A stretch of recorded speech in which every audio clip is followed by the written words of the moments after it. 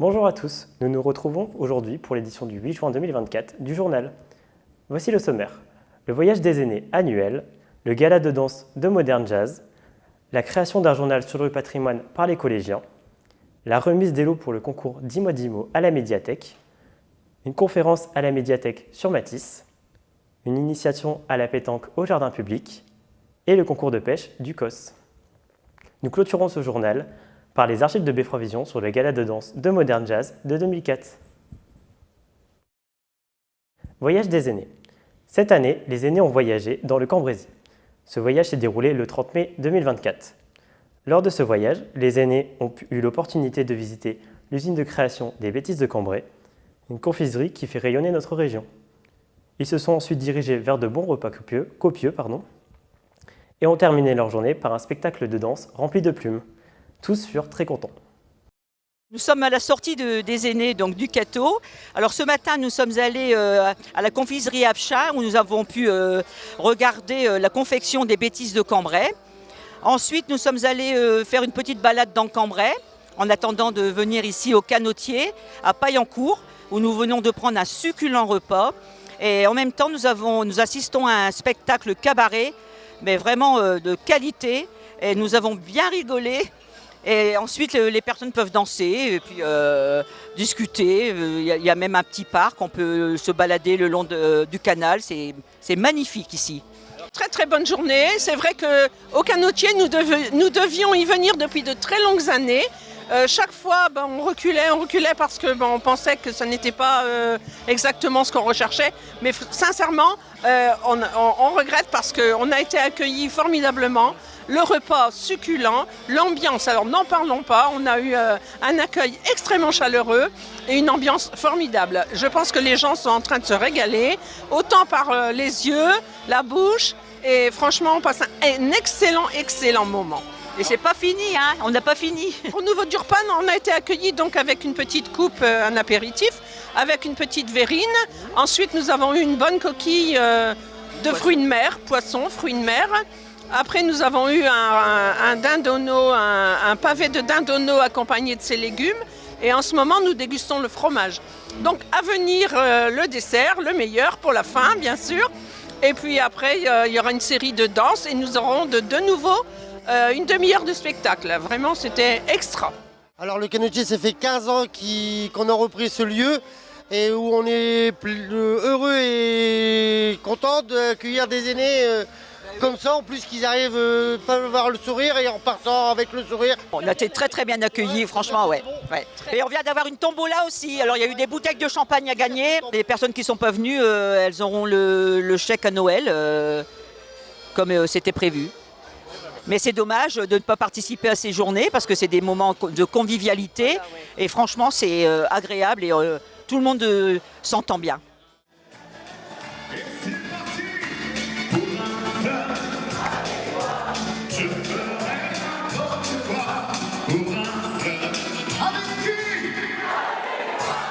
Avec moi, je serai prêt à tout pour un simple rendez-vous, pour un fleur. Avec qui? Toi aussi. C'est le voyage traditionnel des aînés. On est allé dans le Cambrésis à Paillancourt, au lieu dit le Canotier. Et puis je pense qu'on passe une belle journée. On a visité les Bêtises de Cambrai, parce que quand on est jeune, on en fait beaucoup, mais en vieillissant, on préfère le goût que le fait. Et puis voilà, donc on est au repas, mais moi, j'ai pas jugé du repas, parce que vous savez tous que je mange pas beaucoup. Mais j'ai des spécialistes de cet après-midi. Et d'abord, c'est à Monsieur Loiseau, qui est reconnu à l'harmonie municipale et reconnu comme cathésien. Je laisse le micro et je suis content de vous laisser le micro, Monsieur Loiseau. C'était une très belle démonstration auquel nous avons assisté. Comment vous dire? C'est très instructif, au moins ça fait voir les PME qui subsistent, qui ont résisté à l'industrialisation en général qui a fait crouler pas mal de toutes ces petites entreprises. Ça nous a fait plaisir d'assister à leurs activités. Eh bien, quand tout va bien, c'est grâce au maire, mais en réalité, c'est grâce à Joël Manès, à ce qui je rends hommage et au Conseil des sages qui organise à chaque fois ce voyage. Puis dans la bonne humeur, ce qu'on oublie de dire, c'est que ce voyage, c'est du lien social. Ça permet de se revoir. On a tout oublié depuis plus de 3 ans qu'il y a eu le Covid, et là, on renoue le lien social.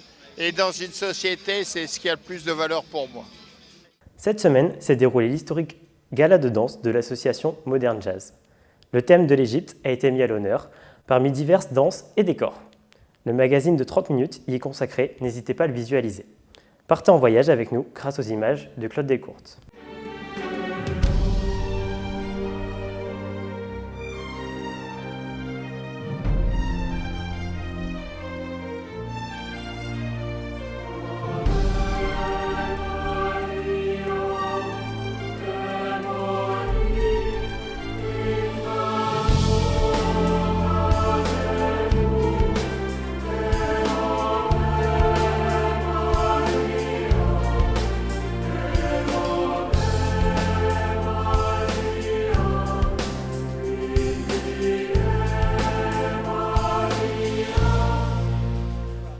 Alors, pour l'école municipale de danse moderne jazz, c'est le gala annuel avec le thème cette année, il était une fois l'Égypte.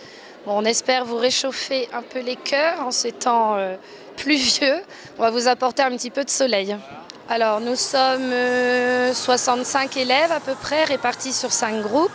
Donc, ça commence à partir de l'âge de 5 ans jusqu'aux adultes. Donc, les cours se font tous les mercredis au Palais des Sports. À partir de 16h30, suivant le créneau horaire. Et les inscriptions se font souvent fin août, début septembre. Il faut se rapprocher de la mairie pour pouvoir s'inscrire. Donc tout le monde est la bienvenue, novices. Voilà, je suis prêt à vous accueillir. Filles comme garçons. Filles comme garçons, oui, bien sûr, il n'y a pas de... C'est ouvert à tous. Alors le modern jazz, c'est un style... c'est pas du classique déjà. Donc ça regroupe plusieurs styles de danse. On fait un peu de contemporain, du style un peu hip-hop, tout ce qu'on voit actuellement un petit peu dans les clips des stars. On n'est pas des stars, mais bon, pour vous donner une idée, c'est assez rythmé quand même. Donc nous louons les costumes ou des costumes qui ont été faits sur plusieurs années, parce que ça fait quand même pas mal d'années à mon actif à l'école municipale. On ne compte plus, voilà. Alors qu'est-ce qu'on peut dire aux gens qui voudraient venir vous rejoindre ? Eh ben, ils sont les bienvenus, il faut avoir du courage, de la volonté, et puis être assidu aux cours de danse, parce que les cours, c'est important pour justement aboutir à un beau spectacle et ne pas être souvent absent, ça c'est la devise, le travail. Alors ça a pris combien de temps pour ce spectacle de ce soir ? Combien il a fait ? On a commencé de septembre à décembre, nous travaillons la technique, donc tout ce qui est échauffement, les nouveaux pas, donc la technique. Et à partir de janvier, on commence à travailler les différents tableaux. Et voilà, pour aboutir à de belles choses. Voilà, on espère que ça va vous plaire. Voilà. Et on vous retrouve aussi sur scène ? Oui, encore. Je peux encore. Donc voilà. Merci encore. De rien. Bonne soirée.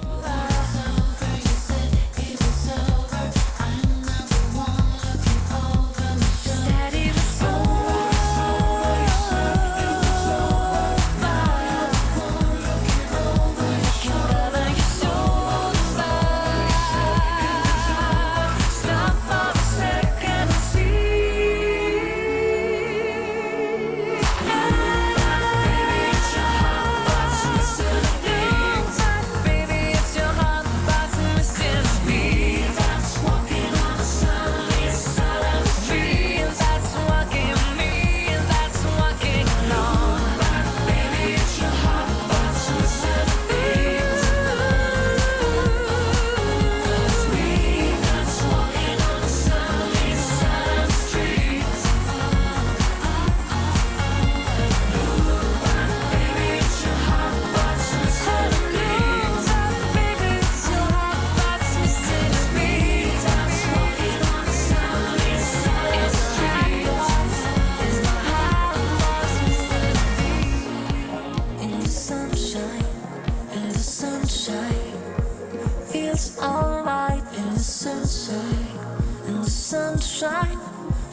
sunshine feels alright.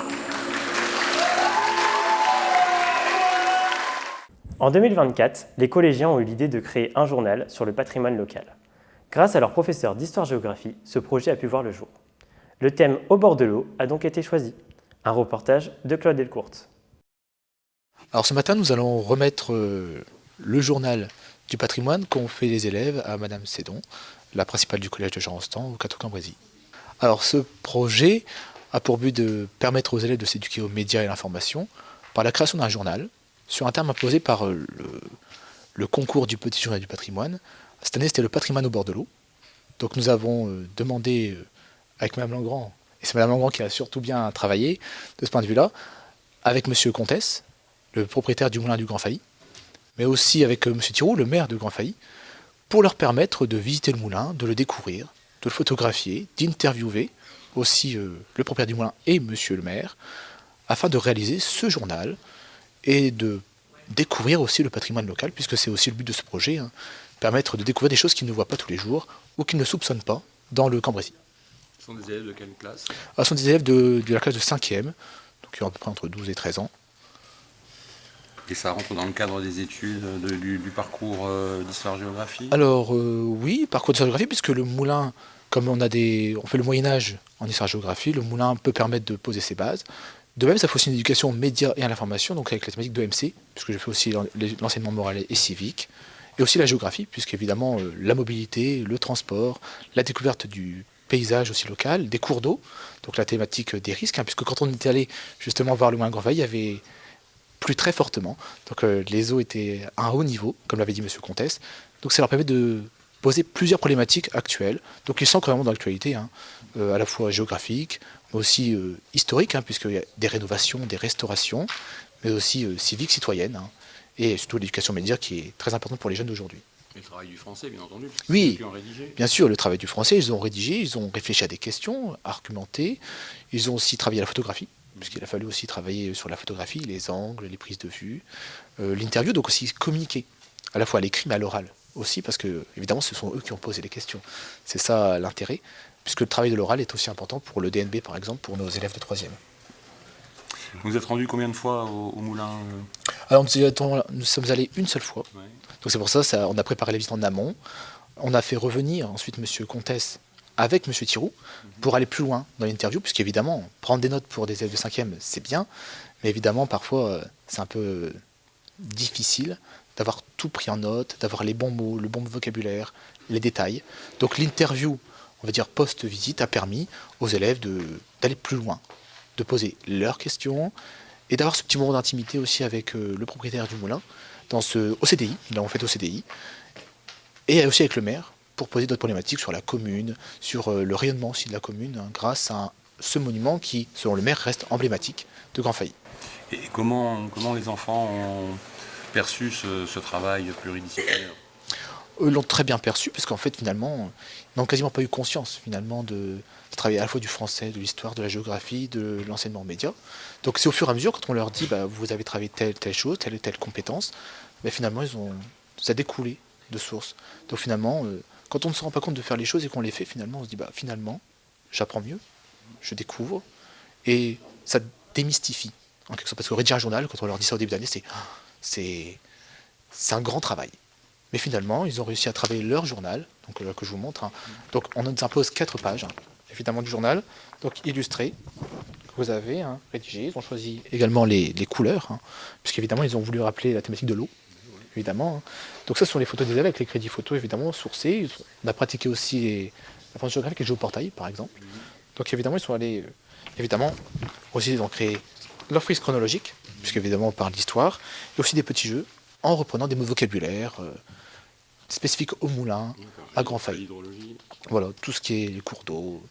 Donc, pour argumenter, comme un vrai journal, puisqu'on s'est basé évidemment sur La Voix du Nord, puisqu'on a travaillé avec le dispositif Ta Voix de La Voix du Nord, hein, qui nous permet d'avoir une journaliste qui est venue parler aux élèves. Parce que c'est ça aussi l'avantage, et travailler aussi l'orientation, le parcours à venir pour les élèves qui ont besoin, évidemment, de savoir ce qu'est un journaliste, ce qu'il fait, comment il travaille, un peu aussi les encadrer, les tutorer.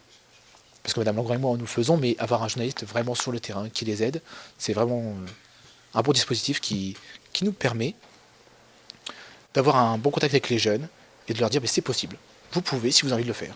Bravo pour votre travail.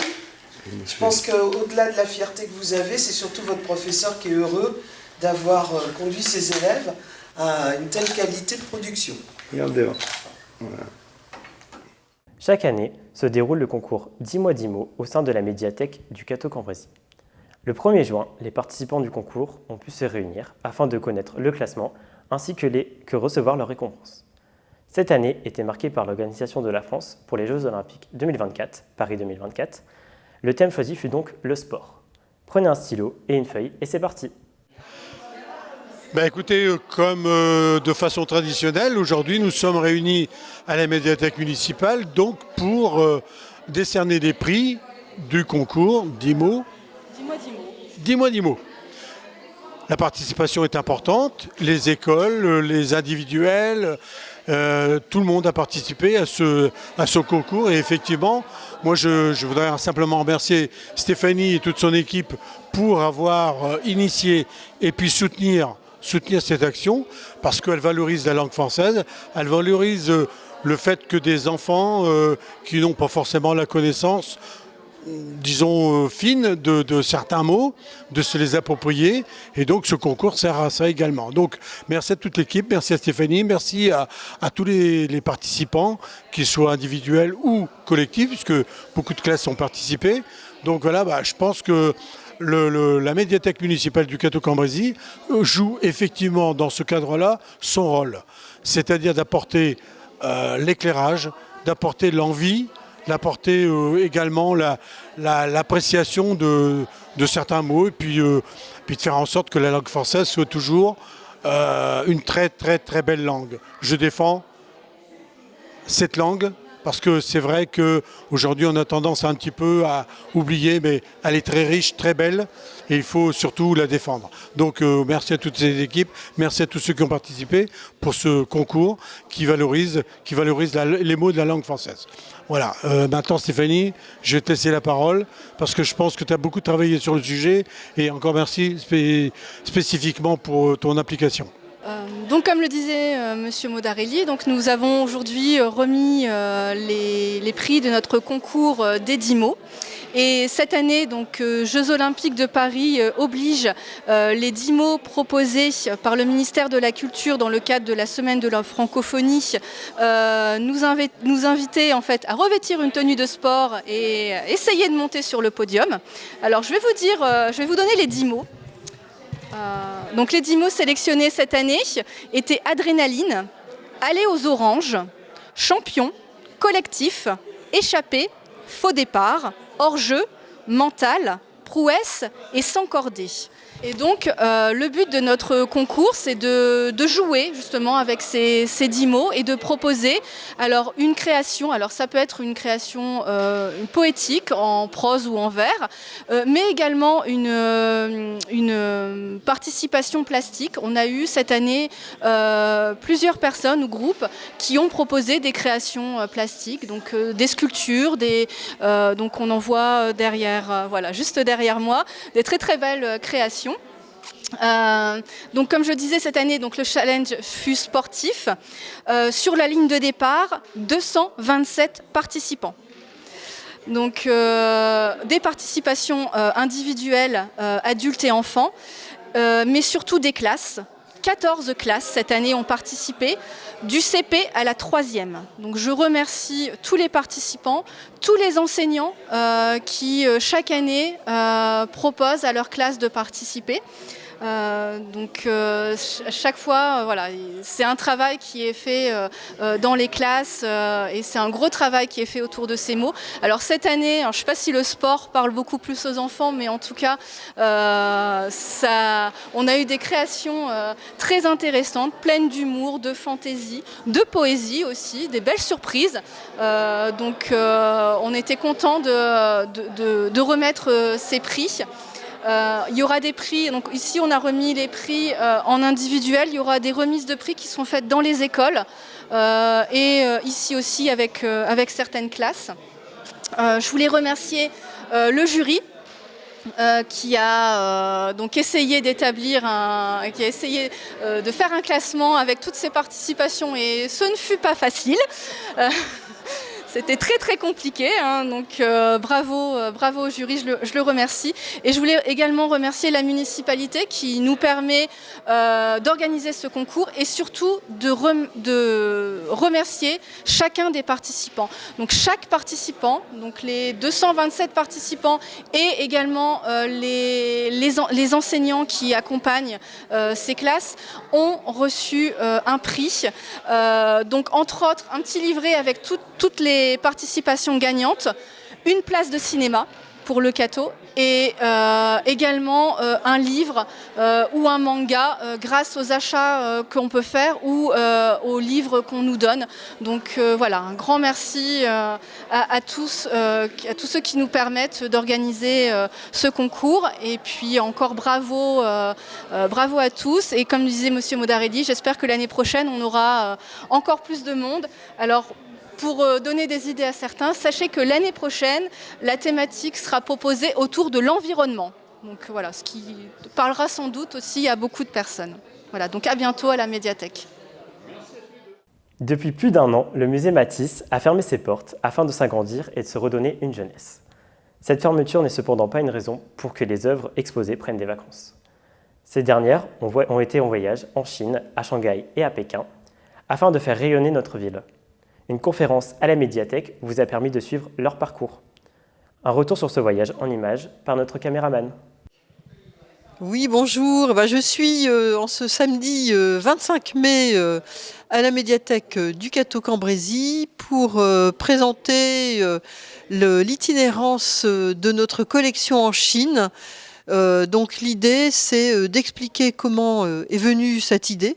D'emmener nos 281 œuvres de Matisse et de la collection Thériade à Pékin puis à Shanghai pour 2 expositions qui ont duré chacune 3 mois. Donc ça va être le récit de cette aventure en expliquant comment s'est fait le voyage des œuvres dans 2 camions puis dans 2 avions et sur place le montage. Donc une opération qui a nécessité la mobilisation de ma collègue régisseuse des collections Constance et de moi-même, avec un commissariat qui était assuré par le directeur Patrice Deparpe depuis chez lui et ensuite la France, puisqu'il n'a pas pu effectuer le déplacement pour raison de santé. Et donc ça va être tout ce périple qui nous aura occupé mis bout à bout avec ma collègue durant 3 séjours pour une durée totale de 2 mois que nous avons passé sur place, sans compter bien sûr tous les préparatifs qui nous ont pris énormément de temps au Cateau-Cambrésis. Alors Matisse est connu dans les milieux artistiques, il l'était beaucoup moins du grand public et ce qui était intéressant c'est qu'il s'agissait de la toute première exposition exclusivement consacrée à Matisse. On avait vu en Chine, notamment à Shanghai, des œuvres de Matisse, mais dans des collections qui étaient consacrées également à d'autres artistes. Et là, c'était la première fois qu'une exposition uniquement consacrée à Matisse était organisée à Pékin et également à Shanghai. Les œuvres sont rentrées au Cateau depuis le début du mois de mars, en bon état. Nous les avons surveillées de près durant toute cette aventure et surtout durant le transport. Elles sont actuellement dans les réserves où nous les avons rangées avec précaution et elles attendent d'être ressorties bientôt pour être de nouveau présentées aux visiteurs. Alors, les travaux avancent, on peut même dire qu'ils sont en cours, en voie d'achèvement, pour être plus précise. Il reste encore néanmoins pas mal de choses à faire dans l'extension, notamment dans notre grand plateau muséographique qui sera vraiment le plus de ce réaménagement. Ce grand plateau de 300 mètres carrés, très haut de plafond, 5,25 mètres, où nous pourrons présenter les plus grandes œuvres de Matisse. Et donc, on s'achemine vers une réouverture qui est programmée au 28 septembre. Nous sommes maintenant dans 4 mois. Nous restons dans le thème de notre cher Matisse pour suivre une initiation à la pétanque organisée par le musée. En effet, depuis quelques semaines, des œuvres sont exposées au sein du jardin public. Ces dernières retracent le parcours quelque peu sportif d'Henri Matisse. On peut également y apercevoir des œuvres de Fernand Léger. Malgré la pluie, Claude Delcourte était présent afin de vous diffuser des images. Les voici. Oui, bonjour. Alors aujourd'hui, donc, nous avons organisé des animations avec le club de pétanque du Cateau-Cambrésis. Donc Monsieur Barra, président, qu'on remercie parce que quand on lui a proposé de faire une animation commune dans notre parc du musée, il a tout de suite accepté. On est dans le cadre des Olympiades culturelles qui sont organisées par le département du Nord, autour des Jeux Olympiques bien sûr. Et on a organisé plusieurs animations. Le mois dernier, c'était la marche colorée qui est passée dans le parc du musée. Et nous aurons le mois prochain une initiation au poney avec l'association Vacances Plurielles qui sera destinée aux enfants des centres de loisirs. Ça se fera également dans le parc. Comme le musée est fermé, on essaie de le faire vivre. Donc on fait de la médiation hors les murs avec nos médiatrices spécialisées dans les arts plastiques. Mais on tenait aussi à faire vivre notre parc qui en a bien besoin parce que c'est un très beau parc auquel les Catésiens sont attachés. Et on aimerait également par la suite pouvoir d'ailleurs l'embellir et surtout l'animer. Et donc ça fait partie des animations, du type d'animation qu'on pourrait proposer. Alors malheureusement, on n'a pas le soleil qu'on attendait, surtout pour jouer à la pétanque, on s'imaginait comme à la Canebière, voilà, sous les platanes. Voilà. On va oublier la pluie. Mais vous avez essayé aussi au niveau initiation.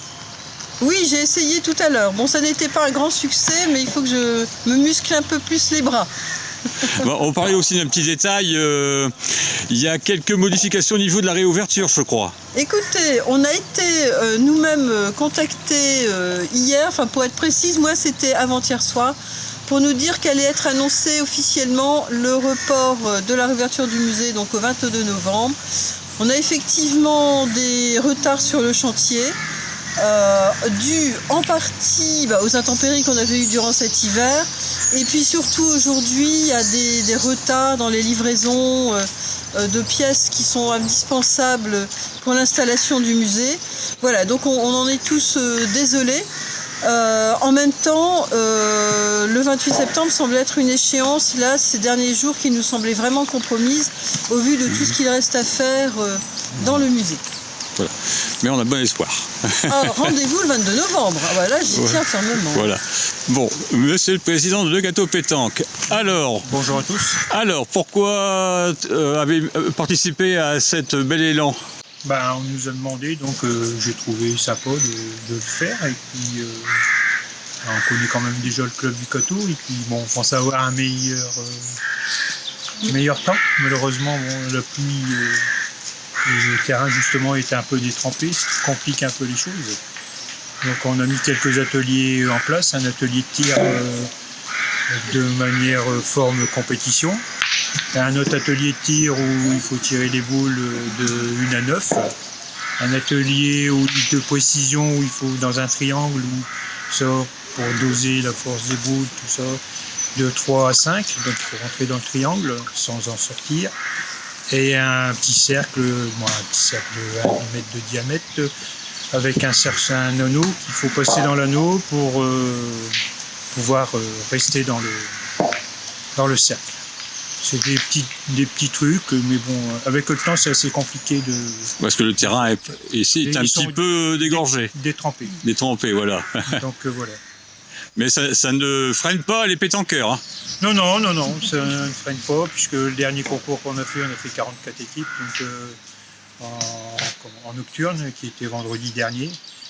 Le temps nous a été favorable. Là, le prochain concours, c'est le 14 juin, en nocturne, toujours.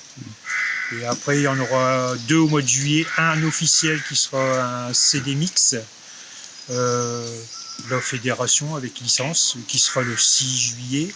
Et puis après, il y en a un fin juillet, une nocturne comme on fait d'habitude. Et ben voilà, plein de rendez-vous. Et ceux qui veulent jouer aux alentours. Voilà. Faire la joie et la bonne humeur. Ouais. Dans le cadre de cette opération Le Nord fait ses jeux, on a regardé ce qu'on avait dans nos collections qui pouvaient illustrer le thème du sport. Et puis également Henri Matisse, a priori on se dit ce n'était pas un grand sportif, mais c'était un cavalier. Et on a donc ici des photos de lui et on voit qu'il a une très bonne position à cheval, hein. Il ne fait pas que la pose. où il est sur la photo du dessus avec deux de ses amis peintres qui sont des plus grands peintres, parmi les plus grands peintres du XXe siècle, hein, que ce soit Albert Marquet ou Charles Camoin. Et en dessous, il est en famille. Donc toute la famille Matisse là est à cheval. Et puis Matisse adorait également faire du canoë. Donc quand il était à Nice, il prenait régulièrement un canoë et il naviguait là dans la baie de Nice. Donc voilà, Matisse était quelqu'un qui aimait pratiquer les activités physiques. Et Fernand Léger, on connaît ses œuvres où il a illustré différents sports, le cirque aussi. Et on a pris un peu comme affiche pour nos Olympiades culturelles, une affiche où c'est sur le thème de la grand-mère qui fait du vélo. Donc c'est assez amusant. Bon là on est un petit peu loin pour bien la voir, mais il faudrait peut-être aller zoomer tout à l'heure. Et donc ça c'est important, et donc tout le monde peut en profiter de tout ça. Oui, et l'idée c'est que la culture et le sport ne sont pas incompatibles, qu'on peut être passionné par le sport et s'intéresser à la culture, et inversement. Voilà, donc on essaie d'allier les deux aujourd'hui dans notre parc. Le 1er juin s'est déroulé un concours de pêche à l'étang de Saint-Crépin. André Biangou, l'organisateur, s'est rendu sur place afin de vous proposer des images. Alors, qui est le vainqueur ? Donc, comme vous pouvez le constater, nous sommes ici à l'étang pour le concours de pêche. Nous avons eu aujourd'hui 25 pêcheurs. Bon, nous avons eu quelques-uns qui étaient empêchés, mais la pêche a bien eu lieu. Et nous avons eu des gagnants. D'ailleurs, ils ont pêché plus de 3,4 kg de poissons. C'est quand même un record. Et il faut le dire. Ensuite, nous avons eu le barbecue qui a été organisé avec plus de 50 participants qui se sont présentés pour essayer de participer au barbecue. Alors, je peux vous dire en passant que le barbecue, ça a été un bon succès et la pêche en elle-même, ça s'est très bien passé. Alors, je ne vous en dirai pas plus parce que de toute façon, je vous ai tout dit. Et donc, rendez-vous à l'année prochaine pour la même action. En vous remerciant.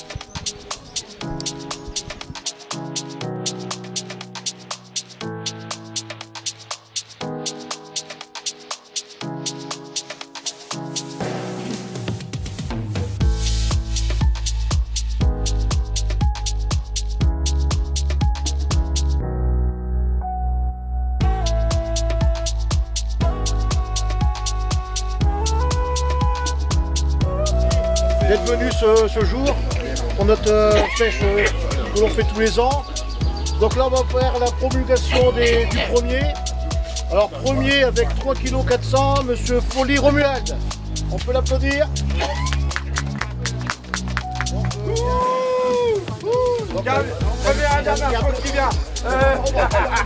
Alors le deuxième avec 2,3 kg, Pernet Jordan. Merci. Voilà. On peut l'applaudir. Bravo, bravo. Après. Et le troisième, c'est monsieur Eric Claire avec 1,8 kg. Ah, quand même. Purée. Merci.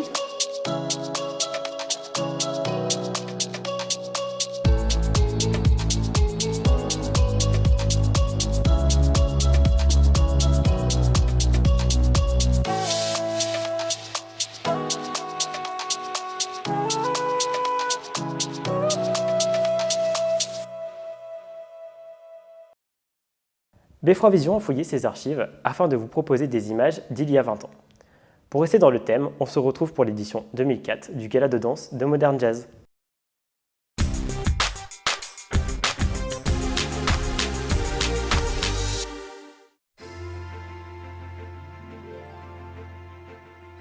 Gala annuel de Modern Jazz.